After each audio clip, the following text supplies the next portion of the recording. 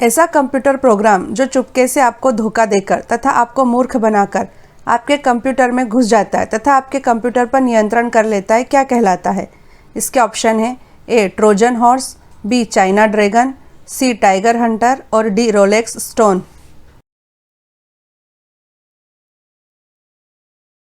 इसका उत्तर है ऑप्शन है ट्रोजन हॉर्स। ट्रोजन हॉर्स एक हानिकारक मेलवेयर या यूं कहें कि वायरस से मिलता जुलता कंप्यूटर प्रोग्राम होता है जो कि हमारे कंप्यूटर सिस्टम पर नियंत्रण कर लेता है। ट्रोजन हॉर्स मेलवेयर कंप्यूटर वायरसों की तरह अपनी डुप्लीकेट कॉपी क्रिएट नहीं करते हैं, अपितु यह आपके कंप्यूटर में घुस जाता है तथा आपके कंप्यूटर पर नियंत्रण कर लेता है। Trojan horse malware computer program को लोग धोखे से डाउनलोड कर लेते हैं, यह सोचकर कि यह फाइल सही है, परंतु ऐसा नहीं होता है, बल्कि यह लोगों को फंसाने के लिए ट्रिक का इस्तेमाल करता है। उदाहरण के लिए, यह आपके दोस्त की फेसबुक आईडी को हैक कर लेता है और उस आईडी से आपको एक मैसेज भेजता है कि दोस्त इस गेम को डाउनलोड करो, यह बहुत बढ़िया गेम है, परंतु वह गेम न होकर एक ट्रोजन हॉर्स हानिकारक मेलवेयर कंप्यूटर प्रोग्राम होता है। जैसे ही आप अपने दोस्त की हैक आईडी के मैसेज को क्लिक करते हैं तो यह आपके सिस्टम में घुस जाता है और आपके सिस्टम पर कब्जा कर लेता है। इसका नाम ट्रोजन हॉर्स क्यों पड़ा, इसकी भी एक रोचक कहानी है। एक ग्रीक कथा के अनुसार हजारों साल पहले ट्रॉय के राजकुमार पेरिस को स्पार्टा की रानी हेलेना से प्यार हो गया। वह उसका धोखे से अपहरण करके ट्रॉय नगर लेकर आ गया। स्पार्टा का राजा अपनी रानी हेलेना को छुड़ाने के लिए ट्रॉय नगर के बाहर पहुंचा। लड़ाई कई दिनों चली, परंतु स्पार्टा का राजा ट्रॉय शहर में घुस ही नहीं पा रहा था, क्योंकि ट्रॉय शहर ऊंची ऊंची दीवारों से घिरा था। उसमें एक मुख्य द्वार था जो बहुत मजबूत था, जिसे तोड़े बिना ट्रॉय नगर में प्रवेश नहीं किया जा सकता था। अब स्पार्टा के राजा ने एक चाल चली। उसने ट्रॉय नगर में प्रवेश करने के लिए लकड़ी के एक विशाल घोड़े का निर्माण किया, जिसे ट्रोजन हॉर्स अर्थात काठ का घोड़ा नाम दिया गया, जिसके खोखले पेट में राजा ने अपने 30 सबसे कुशल सैनिकों को छिपा दिया। यह घोड़ा ट्रॉय नगर के पास छोड़कर स्पार्टा का राजा अपनी बाकी सेना को दूर ले जाकर छुप गया। राजकुमार पेरिस की सेना ने समझा कि स्पार्टा का राजा अपने सैनिकों को लेकर भाग गया है। राजकुमार पेरिस की सेना ट्रोजन हॉर्स को अपनी जीत की निशानी के तौर पर रस्सियों से बांधकर ट्रॉय नगर में ले आती है तथा जमकर जीत का जश्न मनाती है। जैसे ही रात होती है, ट्रोजन हॉर्स में छुपे स्पार्टा के राजा के सैनिक ट्रोजन हॉर्स के पेट को खोलकर बाहर निकलते हैं तथा ट्रॉय नगर का दरवाज़ा खोल देते हैं, जिससे स्पार्टा का राजा तथा उसके हजारों सैनिक ट्रॉय नगर में घुस आते हैं और ट्रॉय के राजकुमार पेरिस को मारकर तथा ट्रॉय नगर को नष्ट करके अपनी रानी को छुड़ा ले जाते हैं। इसी ट्रोजन हॉर्स के नाम पर इस कंप्यूटर मेलवेयर प्रोग्राम का नाम पड़ा है, क्योंकि यह भी धोखे से आपके कंप्यूटर में आपके ही द्वारा घुसा लिया जाता है। उम्मीद है आप अब इस कंप्यूटर मेलवेयर प्रोग्राम का नाम तथा इसका काम जीवन भर नहीं भूलेंगे। छत्तीसगढ़ में चल रहे किस आंदोलन में भाग लेने के लिए महात्मा गांधी पहली बार छत्तीसगढ़ आए थे? इसके ऑप्शन है ए रायपुर का झंडा सत्याग्रह, बी रायपुर में खिलाफत आंदोलन, सी कंडेल नहर सत्याग्रह और डी जंगल सत्याग्रह। इसका उत्तर है ऑप्शन सी कंडेल नहर सत्याग्रह। एक शताब्दी पहले राष्ट्रपिता महात्मा गांधी का पहली बार छत्तीसगढ़ आगमन हुआ था। बापू छत्तीसगढ़ के कंडेल ग्राम, जो कि वर्तमान में धमतरी जिले में आता है, में किए जा रहे कंडेल नहर सत्याग्रह के लिए आए थे। कलकत्ता से ट्रेन से बापू को लेकर छत्तीसगढ़ के गांधी पंडित सुंदरलाल शर्मा 20 दिसंबर 1920 को रायपुर पहुंचे थे। उनके साथ खिलाफत आंदोलन के नेता मौलाना शौकत अली भी थे। गांधी जी ने 20 दिसंबर 1920 को ही रायपुर के वर्तमान गांधी चौक पर एक विशाल सार्वजनिक सभा को संबोधित किया था। इसी के बाद इस स्थान का नाम गांधी चौक पड़ा था। गांधी जी ने अगले दिन ब्राह्मण पारा स्थित आनंद समाज वाचनालय प्रांगण में महिलाओं की एक सभा को भी संबोधित किया था। इस सभा में महिलाओं ने तिलक स्वराज फंड के लिए लगभग 2000 रुपये मूल्य के गहने गांधी जी को दान में दे दिए थे। गांधी जी रायपुर में बैरिस्टर ठक्कर के बंगले में ठहरे थे। गांधी जी अगले दिन 21 दिसंबर 1920 को धमतरी गए, वहां से कंडेल ग्राम गए। कंडेल में गांधी जी नहर सत्याग्रह में शामिल हुए। कंडेल नहर सत्याग्रह के अग्रणी नेता बापू छोटेलाल श्रीवास्तव तथा पंडित सुंदरलाल शर्मा के आग्रह पर ही महात्मा गांधी कंडेल आए थे। महात्मा गांधी के कंडेल आने की खबर मिलते ही घबराकर ब्रिटिश हुकूमत ने कंडेल के किसानों पर लगाया गया जुर्माना हटा दिया था। यह सविनय अवज्ञा आंदोलन की पहली बड़ी जीत थी। इसके बाद गांधी जी वापस रायपुर पहुंचे और यहाँ से नागपुर चले गए, क्योंकि गांधी जी को नागपुर में 26 दिसंबर 1920 को आयोजित कांग्रेस अधिवेशन में शामिल होना था। इसके 13 साल बाद 22 नवंबर 1933 को दूसरी बार महात्मा गांधी छत्तीसगढ़ आए। गांधी जी 22 नवंबर 1933 को डाक गाड़ी से दोपहर दुर्ग पहुंचे। दुर्ग में महात्मा गांधी घनश्याम गुप्त के यहाँ रुके। वहां आते ही बापू ने पूछा कि दुर्ग में मेरे देखने के लिए क्या है, तो उस स्कूल का जिक्र किया गया जहां वर्ष 1926 से सवर्ण तथा हरिजनों के बच्चे एक ही टाट पट्टी पर साथ में बैठकर पढ़ रहे थे। इस दौरान गांधी जी शहर में 2 दिन रहे। पहले दिन हरिजनों की बस्ती में गए और सभा को संबोधित किया। सभा मोतीबाग तालाब के पास मैदान में हुई। सभा में इतनी भारी भीड़ जुटी कि खुला इलाका होने के बाद भी मैदान छोटा पड़ गया। इसके बाद गांधी जी रायपुर गए। 24 नवंबर 1933 को उन्होंने रायपुर के लारी स्कूल में जनसभा को संबोधित किया। इसके बाद पंडित सुंदरलाल शर्मा के संचालित सतनामी आश्रम का निरीक्षण किया और रायपुर के मोदापारा में हरिजनों को संबोधित किया। इसके बाद महात्मा गांधी रायपुर की पुरानी बस्ती स्थित जेतू साव मठ आए, जहां उन्होंने छुआछूत के खिलाफ प्रदेश में जंग की शुरुआत की और लोगों को जागरूक करने अलख जगाई। जेतू साव मठ के मंदिर इसलिए आज भी लोगों के लिए श्रद्धा के केंद्र हैं, क्योंकि महात्मा गांधी ने यहाँ कई कुरीतियों को तोड़ा था। उन्होंने पास ही स्थित एक सवर्णों के कुएं से हरिजनों को पानी निकालने दिया। हरिजनों के हाथ का पानी सबको पिलाया और खुद भी पिया। आज भी यह कुआं पवित्र कुंड की तरह माना जाता है। रायपुर में बापू ने सभा भी ली। गांधी जी 22 नवंबर से 28 नवंबर 1933 तक छत्तीसगढ़ में ही रहे तथा अस्पृश्यता को समाप्त करने के लिए विभिन्न जगहों पर जाकर प्रयास किए। वेदमती निम्न में से किसकी शैली है? इसके ऑप्शन है, ए ऑप्शन है पंडवानी, बी कर्मा नृत्य, सी पंथी नृत्य और डी राउत नाचा।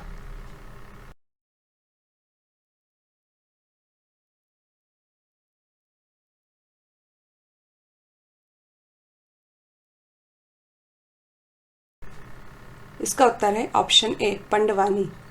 पंडवानी की 2 शैलियां हैं, जो हैं वेदमती तथा कापालिक शैली। पंडवानी गायिकाएं पहले केवल बैठकर गाती थीं, जिसे वेदमती शैली कहा जाता था। तीजन बाई वे पहली महिला थी जिन्होंने कापालिक शैली में पंडवानी का प्रदर्शन किया। गौरतलब है कि कापालिक शैली में कलाकार खड़े होकर पंडवानी गाते हैं। इस शैली की विख्यात गायिका हैं तीजन बाई, शांतिबाई चेलकने, उषाबाई बारले आदि। देश का सबसे बड़ा पद्म पुरस्कार पद्म विभूषण पाने वाली छत्तीसगढ़ की पहली कलाकार हैं।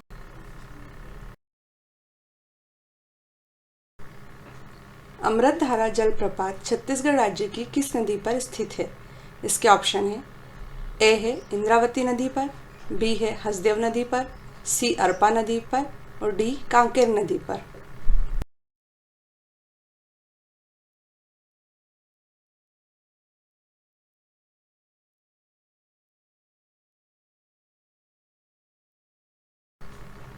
इसका उत्तर है ऑप्शन बी हसदेव नदी पर। कोरिया जिले की जीवनदायिनी और छत्तीसगढ़ को ऊर्जा देने वाली हसदेव नदी पर अमृतधारा जलप्रपात स्थित है। यह जलप्रपात 90 फुट अर्थात 27.4 मीटर ऊंचा है।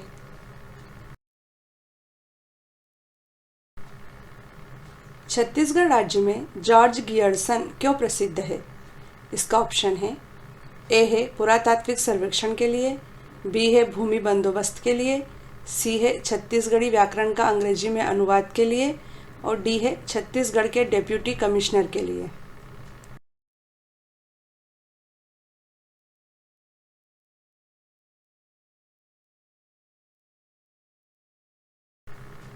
इसका उत्तर है ऑप्शन सी, छत्तीसगढ़ी व्याकरण का अंग्रेजी में अनुवाद के लिए। जॉर्ज अब्राहम गियर्सन अंग्रेजों के ज़माने में इंडियन सिविल सर्विस के कर्मचारी, बहुभाषाविद और आधुनिक भारत में भाषाओं का सर्वेक्षण करने वाले पहले भाषा वैज्ञानिक थे। वर्ष 1885 में प्रथम छत्तीसगढ़ी व्याकरण की रचना हीरालाल कापोध्याय द्वारा की गई थी, जिसका सन 1890 में सर जॉर्ज गियर्सन ने अंग्रेजी भाषा में अनुवाद कर उसे छपवाया था। छत्तीसगढ़ में दाऊ श्री वासुदेव चंद्राकर कामधेनु विश्वविद्यालय किस जिले में स्थित है? इसके ऑप्शन है, ए दुर्ग में, बी रायपुर में, सी बिलासपुर में या डी कोरिया में।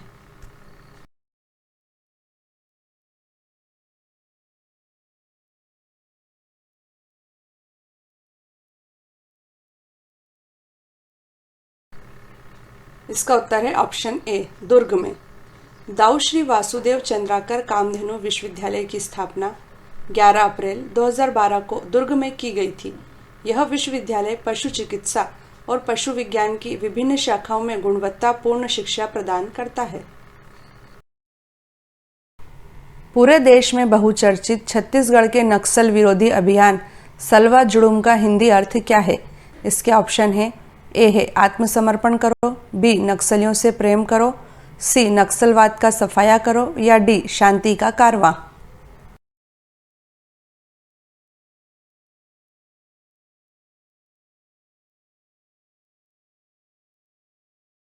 इसका उत्तर है ऑप्शन डी शांति का कारवां।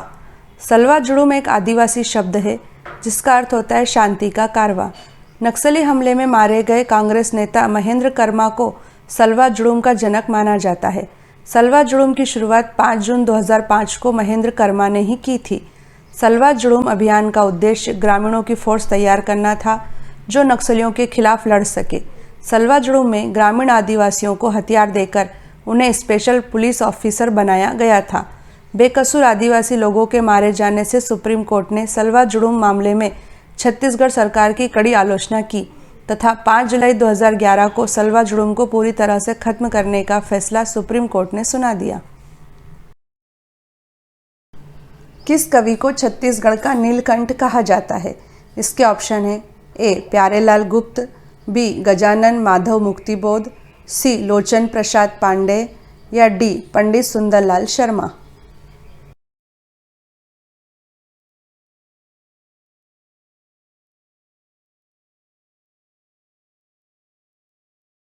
इसका उत्तर है ऑप्शन बी गजानन माधव मुक्तिबोध। छत्तीसगढ़ का नीलकंठ कहे जाने वाले देश के प्रसिद्ध कवि गजानन माधव मुक्तिबोध का जन्म 13 नवंबर 1917 को तत्कालीन मध्य प्रदेश के श्योपुर में हुआ था। मुक्तिबोध की प्रारंभिक शिक्षा उज्जैन में हुई। 1954 में एमए करने के बाद मुक्तिबोध राजनांदगांव के दिग्विजय कॉलेज में प्राध्यापक पद पर नियुक्त हुए। राजनांदगांव उनका अध्यापन क्षेत्र ही नहीं अध्ययन क्षेत्र भी था। यहाँ रहते हुए उन्होंने कई कालजयी कृतियों की रचना की। 11 सितंबर 1964 को केवल 47 वर्ष की आयु में आपका देहांत हो गया। चांद का मुंह टेढ़ा है, भूरी भूरी खाक धूल, ब्रह्मा राक्षस तथा तार सप्तक आपकी प्रसिद्ध रचनाएं हैं। 5 अप्रैल 2021 को अंबिकापुर के दरिमा हवाई अड्डे का नाम बदलकर क्या कर दिया गया है? इसके ऑप्शन है ए बिलासाबाई केवट हवाई अड्डा, बी दंतेश्वरी देवी हवाई अड्डा, सी माँ बगला देवी हवाई अड्डा, डी माँ महामाया हवाई अड्डा।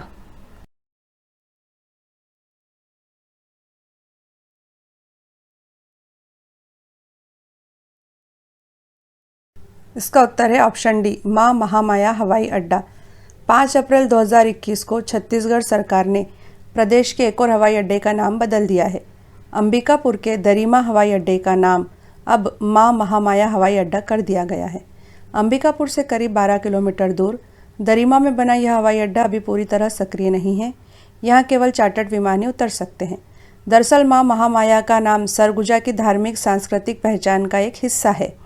अंबिकापुर की सबसे ऊंची पहाड़ी पर माँ महामाया का विशाल मंदिर है। यह सरगुजा राज परिवार की कुल देवी हैं। सरगुजा संभाग में यह इष्ट देवी के रूप में पूजी जाती हैं। इस नामकरण के साथ ही छत्तीसगढ़ में मौजूद 4 हवाई अड्डों का नामकरण पूरा हो गया है। रायपुर हवाई अड्डे को स्वामी विवेकानंद का नाम दिया गया है। यह स्वामी विवेकानंद के रायपुर में बिताए दिनों की स्मृतियों के लिए है। जगदलपुर हवाई अड्डे को बस्तर की आराध्य देवी माता दंतेश्वरी का नाम दिया गया है। वहीं बिलासपुर के चक्कर भाटा हवाई अड्डे को बिलासाबाई केवट के नाम से जाना जा रहा है। बिलासाबाई मध्यकालीन दौर की एक योद्धा थी। रतनपुर के राजा कल्याण साय ने उन्हें बिलासपुर क्षेत्र की जागीर दी थी। बिलासाबाई के नाम पर ही शहर का नाम बिलासपुर पड़ा है। वर्ल्ड्स फर्स्ट इंटीग्रेटेड सिटी अर्थात दुनिया का पहला एकीकृत शहर कौन सा है? इसके ऑप्शन है ए Bhilai, B Naya Raipur, C Durg, D Chandigarh.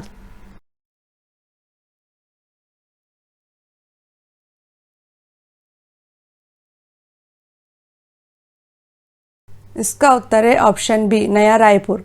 World's first integrated city अर्थात दुनिया के पहले एकीकृत शहर का दर्जा नया रायपुर अर्थात अटल नगर को प्रदान किया गया है। गौरतलब है कि एकीकृत शहर उसे कहते हैं जिसे मौजूदा शहरों की गलतियों का अध्ययन करके तथा उससे प्राप्त सीखों का उपयोग करके बनाया गया हो। इसके साथ ही एकीकृत शहर अपने स्वयं के संसाधनों का ही प्रयोग करता है तथा उसे अपने विकास के लिए बाहरी धन या सहायता की आवश्यकता न के बराबर होती है। छत्तीसगढ़ में जगदलपुर के निकट स्थित विश्व प्रसिद्ध कुटुम्बसर गुफा की खोज किसने की थी? इसके ऑप्शन है A doctor Shankar Tiwari, B Richard Hicks, C doctor Krishna Murari Sharma और डी जेम्स वी स्मिथ।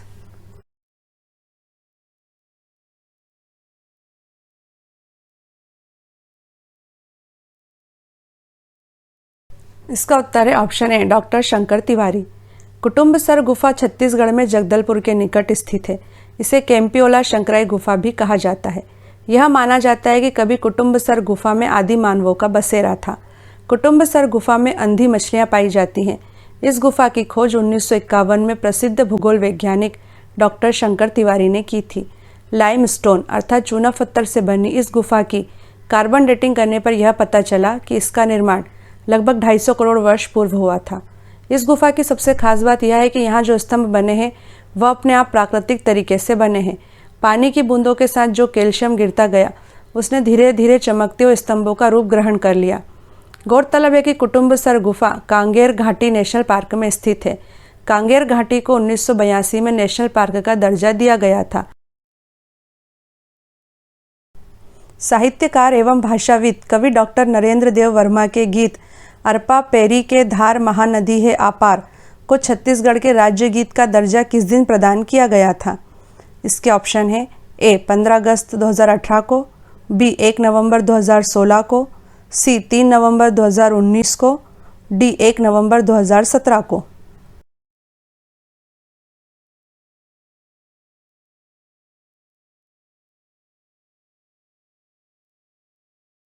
इसका उत्तर है ऑप्शन सी 3 नवंबर 2019 को। साहित्यकार एवं भाषाविद कवि डॉक्टर नरेंद्र देव वर्मा के गीत अरपा पेरी के धार महानदी है आपार को 3 नवंबर 2019 को रायपुर के साइंस कॉलेज मैदान में आयोजित राज्योत्सव 2019 के मंच से मुख्यमंत्री भूपेश बघेल ने छत्तीसगढ़ का राज्य गीत घोषित किया। वर्ष 2020 में छत्तीसगढ़ सरकार ने सार्वजनिक कार्यक्रम में गाने के लिए राज्य गीत अरपा पेरी के धार का मानकीकरण कर दिया है, जिसके अनुसार यह राज्य गीत सार्वजनिक कार्यक्रमों में 1 मिनट 15 सेकंड में गाया जाएगा। अर्थात यह गीत सार्वजनिक कार्यक्रमों में पूरा न गाकर केवल शुरू की कुछ पंक्तियां 1 मिनट 15 सेकंड में गाई जाएंगी। उल्लेखनीय है कि डॉक्टर नरेंद्र देव वर्मा की बेटी मुक्तेश्वरी मुख्यमंत्री भूपेश बघेल की पत्नी हैं। छत्तीसगढ़ की मिनी माता अर्थात मीनाक्षी देवी कुल कितनी बार लोकसभा सांसद चुनी गई थी? इसके ऑप्शन है ए 3 बार, बी 4 बार, सी 5 बार या डी 7 बार। स्टॉप वॉच के 0 होने से पहले आप इस प्रश्न का जवाब अपने मन में सोच लीजिए।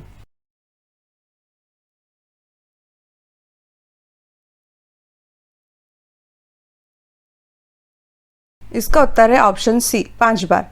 मिनी माता उर्फ मीनाक्षी देवी छत्तीसगढ़ की प्रथम महिला सांसद थीं। वे 5 बार 1952, 1957, 1962, 1967 और 1971 में कांग्रेस पार्टी के टिकट पर सांसद चुनी गई थी। 1971 में उन्होंने जीवन का आखिरी चुनाव जांजगीर लोकसभा क्षेत्र से जीता था। मिनी माता ने संसद में अस्पृश्यता बिल को पास कराने में महत्वपूर्ण भूमिका निभाई थी। छत्तीसगढ़ विधानसभा भवन का नाम मिनी माता के नाम पर ही रखा गया है। यह भी याद रखें कि मिनी माता का जन्म 1913 में असम के नौगांव में हुआ था। उनका मूल नाम मीनाक्षी देवी था। मिनी माता का विवाह छत्तीसगढ़ के सतनामी पंथ के संत गुरु घासीदास के पुत्र गुरु अगम दास के संग हुआ था। 1972 में 11 अगस्त को भोपाल से दिल्ली जाते हुए विमान हादसे में उनका निधन हो गया था। पहली छत्तीसगढ़ी फिल्म कही देबे संदेश किस तारीख को रिलीज हुई थी? इसके ऑप्शन है ए 1 मई 1966 को, बी 5 जून 1967 को, सी 10 नवंबर 1968 को और डी 16 अप्रैल 1965 को।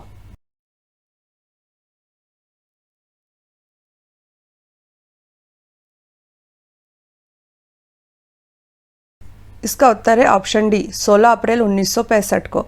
कही देबे संदेश छत्तीसगढ़ी भाषा की पहली फिल्म है। यह फिल्म वर्ष 1965 में केवल 27 दिनों में बनकर तैयार हो गई थी। इस फिल्म को अनमोल चित्र मंदिर प्रोडक्शन के बैनर तले बनाया गया था। इस फिल्म के निर्माता तथा निर्देशक मनु नायक हैं। कही देबे संदेश फिल्म में मुख्य भूमिका कान मोहन तथा सुरेखा ने निभाई थी। इस फिल्म के संगीतकार मलय चक्रवर्ती हैं। यह फिल्म समाज में व्याप्त जाति प्रथा, अशिक्षा के ऊपर चोट करने वाली अंतरजातीय प्रेम कथा पर आधारित है।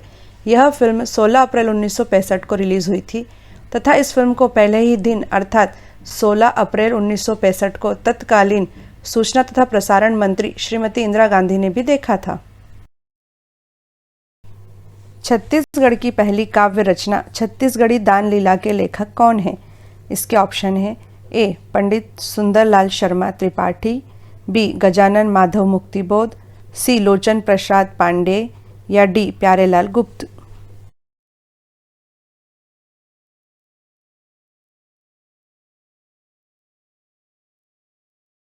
इसका उत्तर है ऑप्शन ए. पंडित सुंदरलाल शर्मा त्रिपाठी। छत्तीसगढ़ की पहली काव्य रचना छत्तीसगढ़ी दान लीला पंडित सुंदरलाल शर्मा त्रिपाठी की एक चर्चित कृति है। लेखक, समाज सुधारक तथा स्वतंत्रता संग्राम सेनानी पंडित सुंदरलाल शर्मा त्रिपाठी के प्रयासों से ही महात्मा गांधी 20 दिसंबर 1920 को पहली बार रायपुर आए थे। देश के नंबर 1 बैडमिंटन प्लेयर बनने वाले छत्तीसगढ़ के पहले बैडमिंटन प्लेयर का नाम क्या है? इसके ऑप्शन है ए. मधुर तिवारी, बी. दिव्यांश खरे, सी. श्रेयांश जायसवाल और डी. विजय नेताम।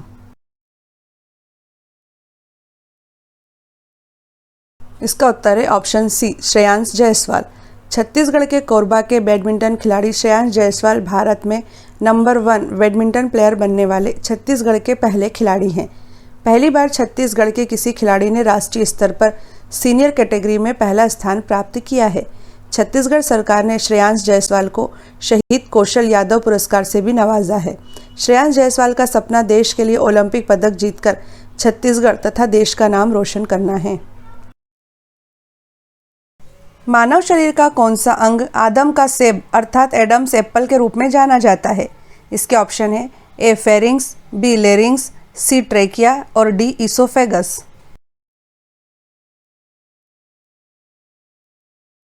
इसका उत्तर है ऑप्शन बी. लेरिंग्स।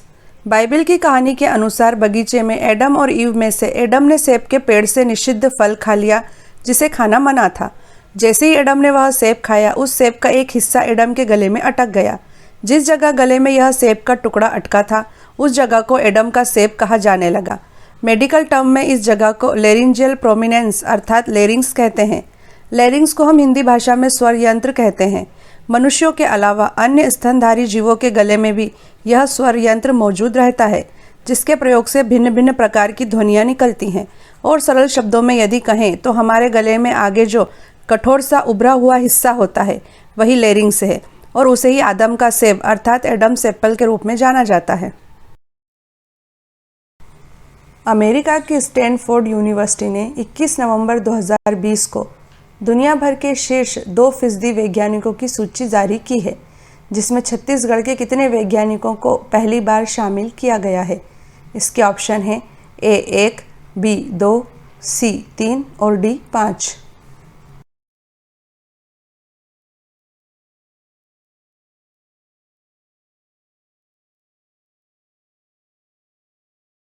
इसका आंसर है ऑप्शन सी. 3। अमेरिका की स्टैनफोर्ड यूनिवर्सिटी ने दुनिया भर के शीर्ष 2% वैज्ञानिकों की सूची 21 नवंबर 2020 को जारी की, जिसमें छत्तीसगढ़ के 3 वैज्ञानिकों को भी शामिल किया गया है। पंडित रविशंकर शुक्ल विश्वविद्यालय रायपुर के वरिष्ठ प्रोफेसर डॉक्टर शैलेंद्र सराफ के साथ इसी विश्वविद्यालय की प्रोफेसर डॉक्टर स्वर्णलता सराफ और Santosh Rungta college of pharmaceutical science and research के वाइस प्रिंसिपल डॉक्टर एजाजुद्दीन का नाम भी श्रेष्ठ वैज्ञानिकों की इस प्रतिष्ठित सूची में है। उल्लेखनीय है कि स्टैनफोर्ड यूनिवर्सिटी ने दुनिया भर के 1,59,000 वैज्ञानिकों की सूची जारी की है, जिसमें 1,492 वैज्ञानिक भारतीय हैं। यह याद रखें कि छत्तीसगढ़ के वैज्ञानिकों को पहली बार इस सूची में शामिल किया गया है।